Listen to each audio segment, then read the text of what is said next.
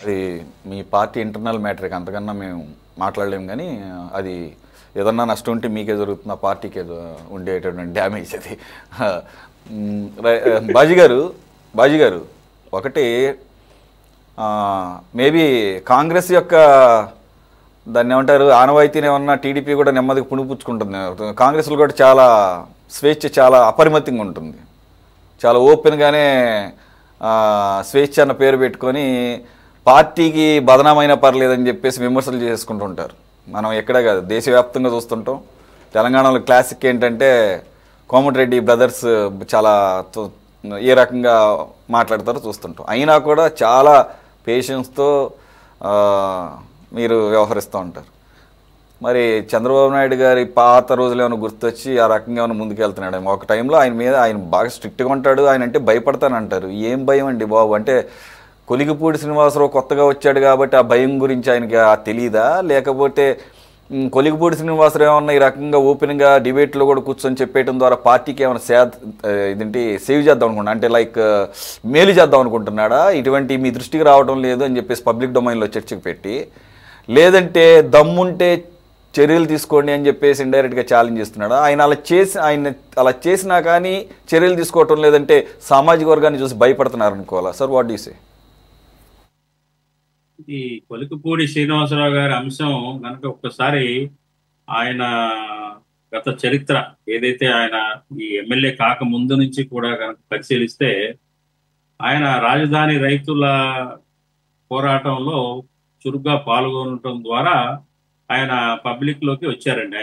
ఆయన వచ్చాడు. అక్కడి నుంచి ఏంటంటే అతను ఒక రాజకీయ లక్ష్యంతో, పొలిటికల్ లక్ష్యంతో ఆయన మరి పార్టీలో రావటం, అతనికి ఏమన్నా అతని యొక్క కులం కార్డు తోటి, రిజర్వేషన్ కార్డుతో వల్ల సీటు తెచ్చుకోవడం, ఎమ్మెల్యే అవడం జరిగింది. అయితే ఆయన ఎమ్మెల్యే అయిన దగ్గర నుంచి కూడా ఇంకా అంతకుముందు వేరు, ఎమ్మెల్యే అయిన తర్వాత ఎంత బాధ్యతాయుతంగా ప్రజాప్రతినిధిగా చాలా క్రమశిక్షణగా హుందాగా ప్రవర్తించాల్సిన పరిస్థితి ఉండింది. కానీ అతను ఎమ్మెల్యే అయిన దగ్గర నుంచి కూడా దుందుడుకు స్వభావం అనేక చోట్ల బయటపడిందండి. అతను ప్రతి ఒక్కళ్ళ మీద అతను మరి అరాచకంగా ప్రవర్తించడం, దానివల్ల అతని యొక్క దుందుడుకు స్వభావం, అహంకార పూరితమైన ధోరణి వల్ల ముగ్గురు ఆత్మహత్యకు ప్రయత్నించారండి. ఒక గిరిజన మహిళ, దాని గురించి ఆవిడ ఆత్మహత్యకి ప్రయత్నించడం, కంప్లైంట్ చేయటం వల్ల అతను పార్టీ క్రమశిక్షణ సంఘం ముందు కూడా హాజరయ్యి సంజయ్ ఇచ్చుకోవాల్సిన పరిస్థితి ఇంకా కలిగింది. సంజయ్ ఇచ్చాడు కూడా. ఆ తర్వాత ఒక ఎంప్లాయీని రమేష్ అనే అతను కూడా సూసైడ్కి అటెంప్ట్ చేశాడు ఇతని హెరాస్మెంట్ వల్ల. అలాగే డేవిడ్ అనే ఒక పార్టీ కార్యకర్త, అతను కూడా సూసైడ్ అటెంప్ట్ చేశాడు. అంటే ఏంటంటే ఇవన్నీ ఎగ్జాంపుల్స్.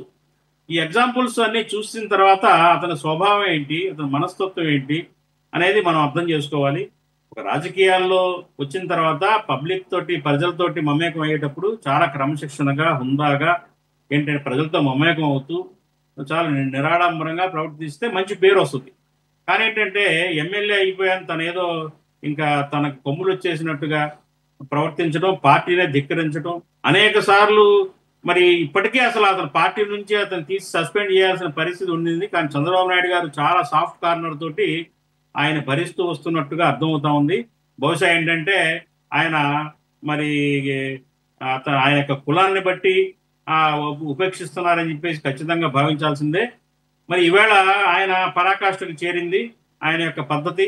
మరి ఎంపీకి 5 కోట్ల రూపాయలు లంచం ఇచ్చాను, దఫాలుగా డబ్బులు ఇచ్చాను, అందుకని సాక్ష్యాలు ఉన్నాయి నా దగ్గర అని మాట్లాడుతూ ఉన్నారు. ఇవాళ ఇది ఇంకా మరి ఏంటంటే చాలా విపరీతమైన తీవ్రమైన ఆరోపణ, అంశము. దీన్ని ఆ రకంగా వదిలేసేది కాదు ఇది. మరి ఎంపీ చెన్నీ గారు ఆయన నిరూపించుకోవాల్సిన పరిస్థితి ఉంది. ఎందుకంటే నేను ఫోన్పే బ్యాంక్ అకౌంట్స్ ఉన్నాయి, నేను ట్రాన్స్ఫర్ చేసింది ఉన్నాయి, నేను దాదాపు 3.5 కోట్లు ఒకళ్ళ ద్వారా ఇచ్చాను, 50 లక్షలు ఇచ్చాను, 20 లక్షలు ఇచ్చాను అని చెప్పేసి ఆధారాలు చూపిస్తున్నాడు. కాబట్టి దీన్ని తేల్చాల్సిన అవసరం ఉంది. ఎందుకంటే మరి తెలుగుదేశం పార్టీ ఒక క్రమశిక్షణ కలిగిన పార్టీ అని చెప్పుకుంటున్నారు. కాబట్టి ఈ డబ్బులతో టికెట్లు ఇవ్వడం ఏంటి?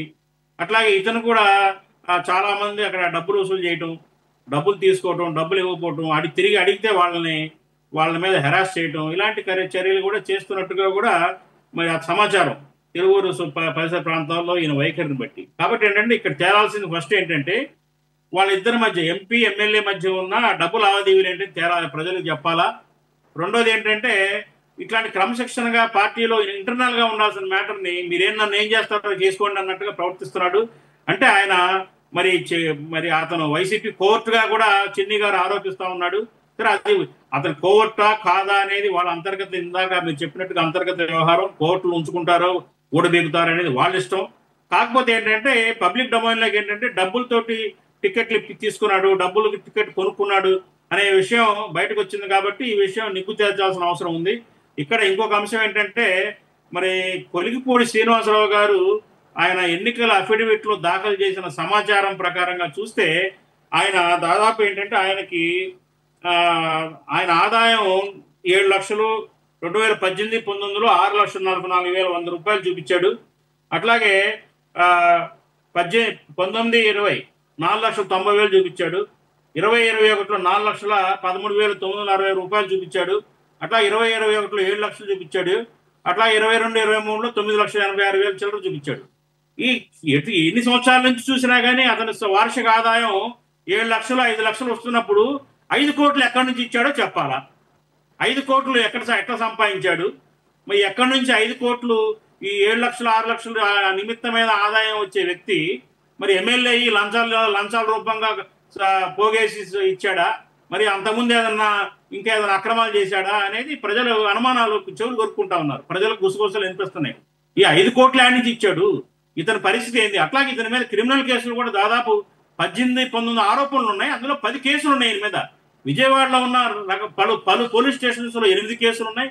మంగళగిరిలో ఒక కేసు ఉంది. అట్లాగే తిరువూరులోనే ఒక కేసు ఉంది. క్రిమినల్ కేసులు ఈయన మీద క్రిమినల్ కేసులు ఉన్నాయి.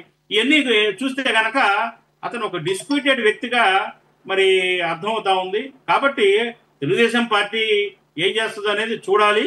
కానీ ఏంటంటే రాజకీయాల్లో ప్రజాప్రతినిధులుగా ఉండాల్సిన వ్యక్తులకు కావాల్సిన లక్షణాలు అయితే ఆయన దగ్గర కనపడతలేదని మాత్రం నేను చెప్పగలను సురేష్ గారు.